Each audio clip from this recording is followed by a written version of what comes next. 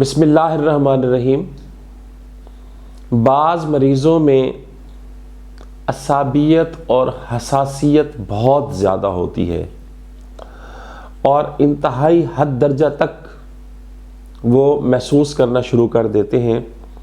इस सिलसिले में अजीब व गरीब बात यह है कि अगर हल्की सी खराश, हल्का सा किसी चीज़ को खुरच देना, यहाँ तक कि मलमल या रेशम या कागज़ पर नाखूनों से भी अगर खुरचा जाए तो मरीज़ महसूस करता है, उसको तकलीफ़ होती है।